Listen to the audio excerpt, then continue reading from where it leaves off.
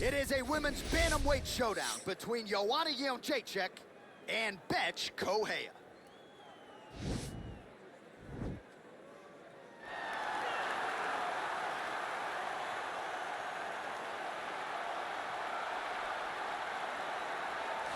All right, so here she is, the decorated kickboxer, back for another run here in the UFC. Such a wide, vast array of kicks and punches in her arsenal, but it all comes back to elite technique. Oh yeah, she has phenomenal technique. There is no wasted action. What I really love is the left hook. She does a great job of throwing her left hook behind her right hand. She throws the right hand and the left hook follows. It's always so tight. It's always so clean. And then outside leg kick. Every combination ends with a kick. When you think it's over, she is putting one more technique, one more opportunity to put some damage on you before you get to go back to space and go back to the safety of her out of your face, which will only last for a short period of time. She certainly has a crowd-pleasing style. No surprise to see her back in a high-profile slot here tonight. All right, here is Poland's best, Joanna Jedrzejczyk. She really is the total package, Daniel Cormier, as a fighter inside the octagon and as an intimidator outside of it. I mean, that stare down will cut a man like me right down. Oh, it's unbelievable, John. I mean, just the mind games that Joanna can play on her opponents is unreal. Every time I think about how she tortured Carla Esparza leading into her first UFC championship fight. It seemed as though Esparza just wanted to be done with it by the time the whole thing was over. But you can only talk so much. Ultimately, you have to back it up, and Joanna Jedrzejczyk sure can back it up.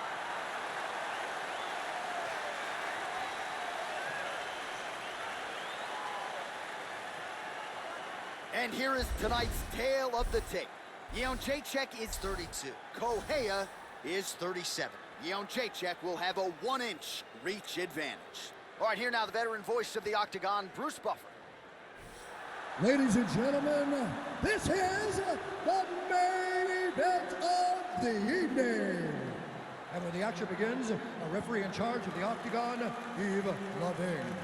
And now, this is the moment you've all been waiting for. Live from the sold-out T-Mobile Arena in Las Vegas. It's time! 5 rounds in the UFC bantamweight division. Introducing first, fighting out of the blue corner. This woman is a kickboxer, holding a professional record of 11 wins, 6 losses, and 1 draw. She stands 5 feet 5 inches tall, weighing in at 135 pounds. Fighting out of Campina Grande, Correia, Brazil, Bethe Pitbull Correia. And now introducing her opponent, fighting out of the red corner. This woman is a Muay Thai kickboxer, holding a professional record of 16 wins, 4 losses. She stands 5 feet 6 inches tall, weighing in at 115 pounds. Fighting out of Austin, Poland.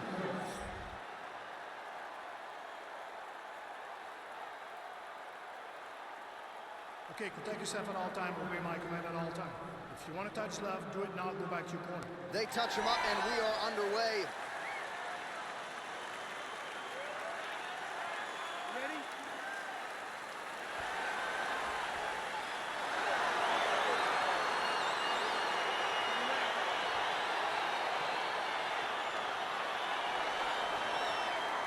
All right, so here we go with round 1. 2 decorated strikers here, and I would think even a world-class wrestler like yourself still enjoys a classic stand-up affair like this every night. Oh yeah, I love this one. I love this one because both of these women know that the easiest way to get their hands raised is to fight in the area that they are best. Both of them are fantastic strikers. One is much more powerful, one is much more quick. Let's see who gets the job done.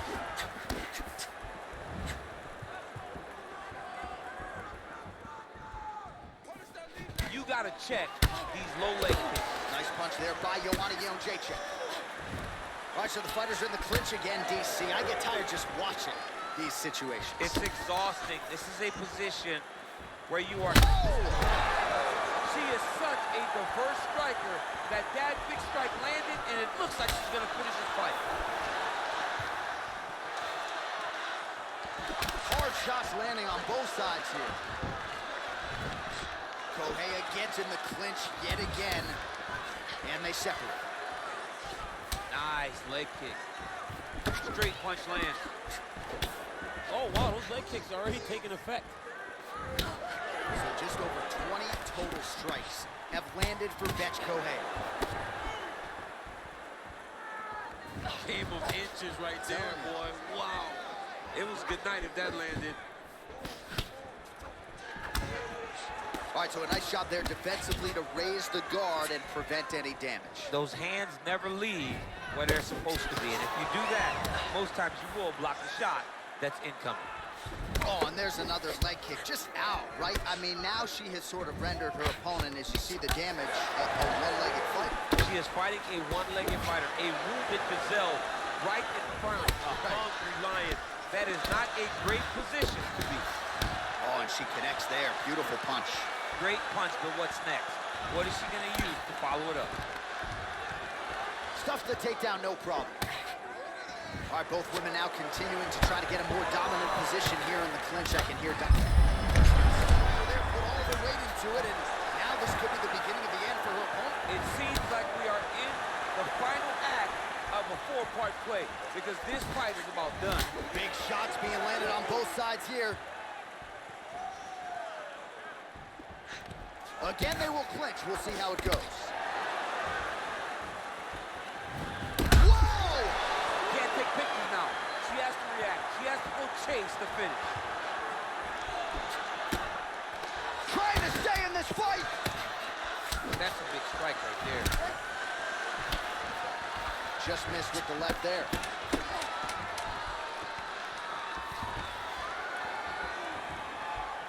That horn sounds means we have reached the end of round one. All right, so there's the end of the round. Big story in this one now. The cut on the bridge of that nose from that strike. The cut man is in there. Should be able to shut this one and potentially prevent it from being a factor here moving forward. All right, so there's the horn. The round is over, and we've got more fighting. It looked like maybe we'd get a finish there after she landed upstairs. Well, she was excited. She thought it was done. How does she reshift? How does she get herself back in the moment to try to repeat what she just did, but also top it and actually get the finish? Are you ready? Ready? All right, round two. Head kick lands. Man, she might punch harder than you. Nice connection there. I don't know about that, Tom, but she is. What a shot by her there. I'm not sure her opponent knows where she is. She's in the upper. She can't possibly know where she is right now after taking such a massive hit. Nice jab, follows up with a nice right hand. Ooh. Oh, straight right. Oh, she leapt at her and lands the diving punch to the head. All right, she's got north-south position now, DC. We don't see a lot of north-south chokes in the UFC, but what is she trying to do here from what is a dominant position? Well, you know, the north-south choke is very difficult because everybody is so well-versed in submission defense now. Right. But if done the correct way, it can happen. But you hit that north-south choke, hope that your opponent turns to their knees so that you can run to the back, try to get your hook in, or you can attack Ian and get their knee. Well, the numbers continue to pile up here. 56 total strikes have landed for Bethe Correia. And connecting with 46% accuracy tonight, by the way, against Joanna Jedrzejczyk. Well, she was a little bit hesitant in round one, but she has certainly picked up the pace here in this second round. It took her a while to find her range. She's in a strong striking rhythm now. Dig and kick. I mean, the hand speed, just absurd.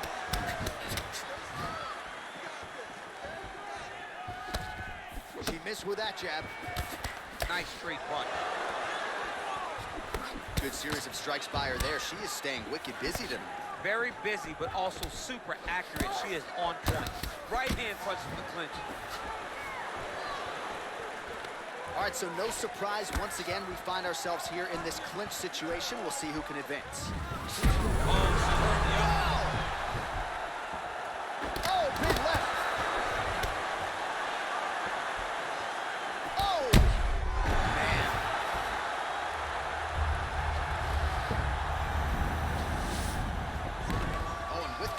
she moves right into half guard. Without much effort, she was able to pass from her full guard right into half guard.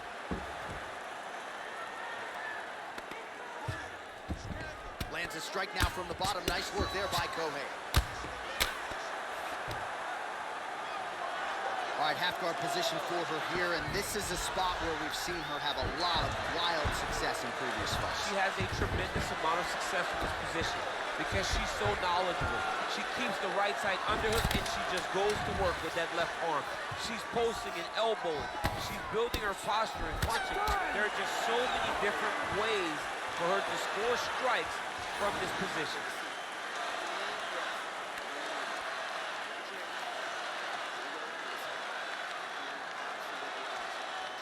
All right, so a lot of strike absorption by her in that previous round. She got stunned on the feet, but survives to see another round. Talk us through the replay, man. You look at the action here.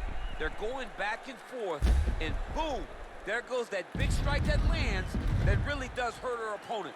She could not find the follow-up shot, but eventually she will find that moment.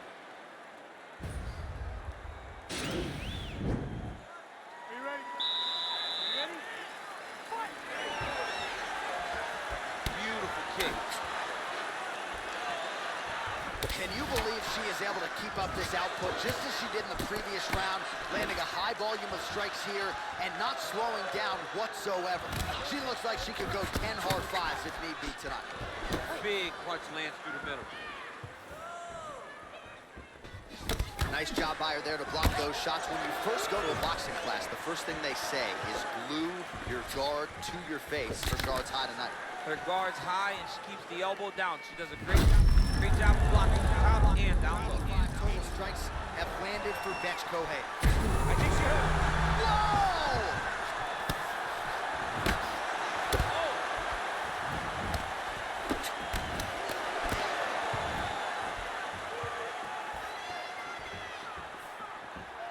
Oh, there's the swing, and there's the miss by Jedrzejczyk. Well, she lands another strike to the body here, and the percentage is getting high now in terms of the body strikes landed. Didn't see a lot of that earlier on, making up for lost time here. Under 3 minutes now to go in the round.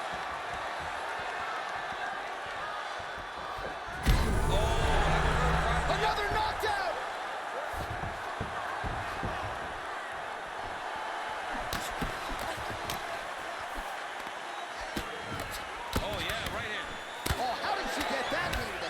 Done. Try to establish that jab.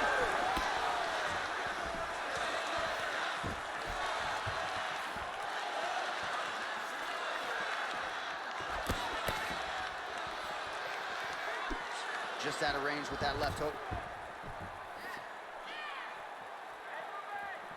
Wow, is she applying a lot of pressure here? I'm not sure how much her opponent can take. Clear sense of urgency here as she tries to make sure the judges stay out. That one now has her opponent on the ropes. She threw her entire body into that massive uppercut, and she is seeing the rewards of her hard work. Do you believe it?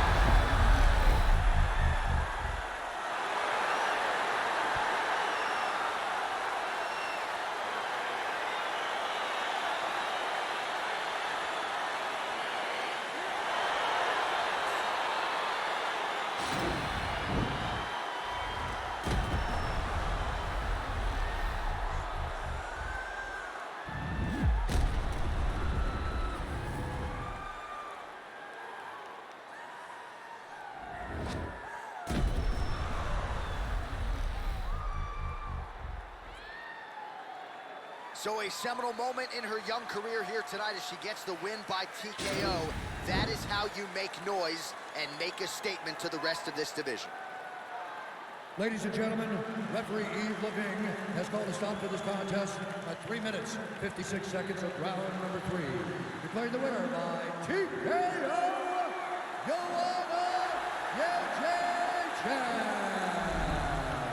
All right, so there she is, your winner by TKO. She felt like her power would be a big storyline in this one, and she was absolutely right. Power was going to be the difference. So what she did was she reserved it a little bit, found the spot, found the opening, landed the first shot that hurt her opponent, then found the follow-up shot that allowed her to win this fight by TKO.